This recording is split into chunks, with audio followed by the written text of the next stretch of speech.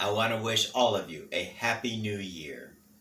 Many have asked why it has been months since we have posted any videos. I would like to share with you what happened to me. As you can see in the upper screen, my back has stitches all the way down. So from this point on, I will let you see what happened to me. Thank you and God bless you for watching our videos. 17 years after moving to our property in Lucerne Valley, building the ministry infrastructure, sending out books and material to inmates, I was struck down and almost died. The devil hates God's people. He hates this ministry. I was called by God to manage this ministry for him. The devil did not like that. Therefore, on the 17th of August, 2020, I had such great pain in my neck and shoulder area. I was almost unable to move. I called 911, and when the EMT arrived, they basically told me I was in perfect health, and therefore they were not able to take me to emergency. 3 months before, my doctor told me I had the health of a 40-year-old. I was 69 years old at the time. My sister called a friend of hers and she took me to St. Mary's Medical Center. The reason they admitted me was not for the pain, but for kidneys that were failing because of the quantity of pain pills I had been taking for the pain. They didn't work. However, God used those pain pills to get me admitted. If I had not been admitted because of my kidneys, I would have died. They stabilized my kidneys and then went to work exploring why I was in such pain. I was begging them to take the pain away. I got to the point where I could not feed myself. They took CAT scans of my neck and saw nothing. A few days later, they took them again. This time, they found abscesses on my backbone in the neck area. A few days later, they sent me to get an MRI. That really concerned them. The abscesses were spreading. They immediately contacted Loma Linda University Medical Center and arranged for me to be transported to them. Upon arriving, they admitted me as a paraplegic. I was not able to move any of my extremities. The pain was from my neck all the way down to my toes. It was as if thousands of atomic bombs were being exploded in my body every second of every hour of every day. I wanted to die. I pleaded with them to shoot me. The pain was unbearable. They took me in and had another MRI done on me. The pus was spreading rapidly down my backbone and up towards my brain stem. As it spread, it was compressing my spinal column and destroying my nerve system. They immediately took me into surgery. If the bacteria had moved up another few centimeters into my brain stem, I would have died. This is what my back looked like when I was in intensive care. I was not able to feed myself. I could not turn over without someone turning me. My life basically came to an end. All I could think about was the ministry. What would become of it? All the inmates who were looking to me to give them inspiration and hope, what would happen to them? Would the ministry die? Would 22 years of hard work come to an end? Would God allow that? As it was getting close to the end of the month and the ministry had financial commitments that needed to be taken care of, I called John, a member of the board. He lived in Missouri. I explained to him what would happen if we did not pay our bills.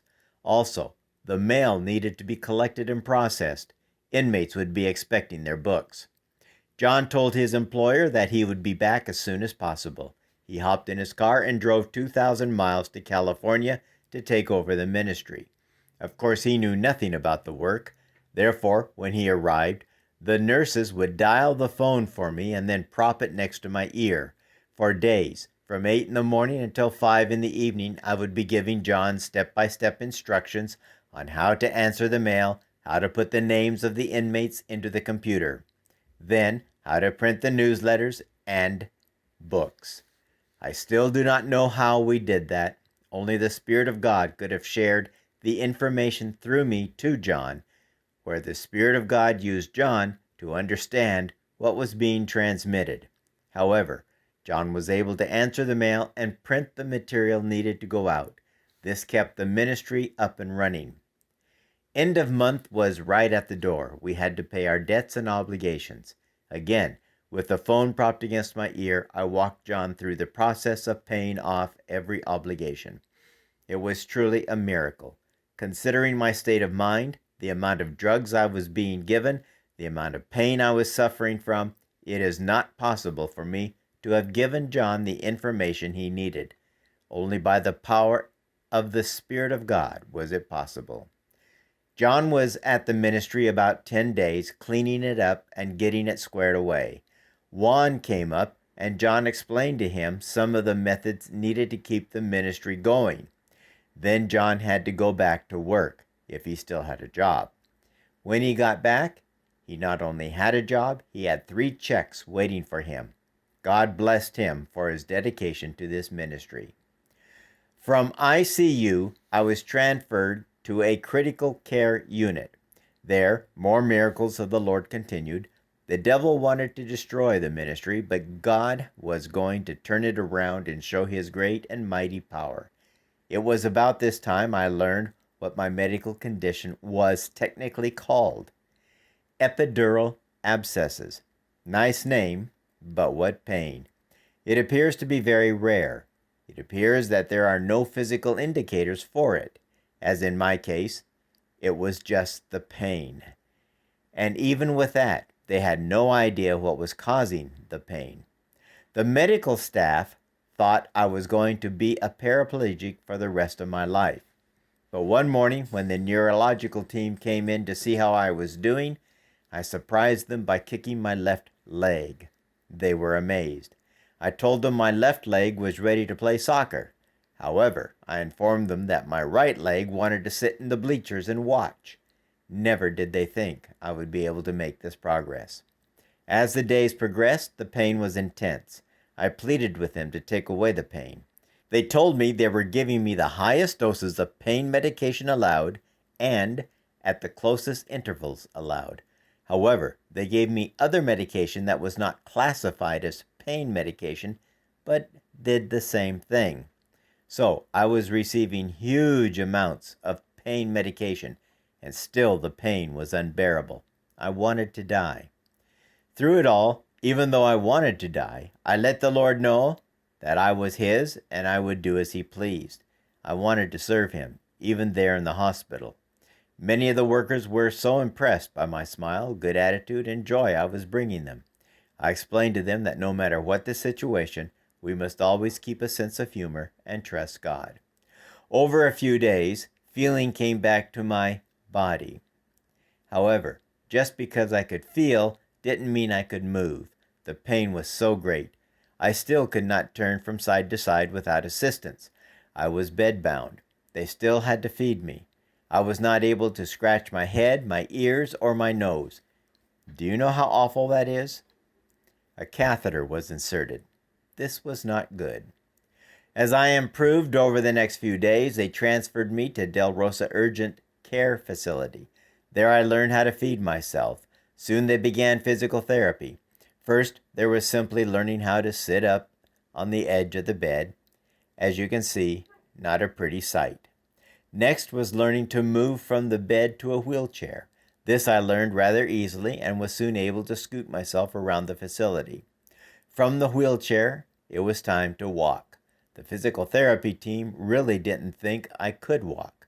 They refused to let me do much walking. They said my blood pressure was too low. I had to wait until it came up to normal before they would let me walk. Other activities were given me to do, such as pedaling the bicycle, trying to put a ball into a hoop, and of course attempting to build my muscles by pulling up weights. Eventually, I found myself at a standstill. I wasn't getting the help I needed. Also, I had to get back to the ministry. Juan was doing a wonderful job of keeping the books and material going out to inmates. However, he had to drive over 200 miles every weekend to do the work. That was very tiring for him. He could not keep that up. I had to go home. Alaska was in charge of discharging the patients. She told me to pick a date. I did, and she made sure that everything was arranged for me. Juan took the day off, and on a Friday I came home. Just getting out into the fresh air lifted my spirits. The ride home was awesome. When I arrived home, I was greeted by my kids. What love! They missed me so much, not to say how much I missed them. Sabbath was truly a day of miracles. While at the urgent care facility, they did not think I would be able to walk, let alone walk upstairs. Every time I came to their steps, I would get very sick and want to vomit. How would I handle being home with 11 steps up to the bedroom? Well, God works miracles. On Sabbath, I walked up the stairs all by myself.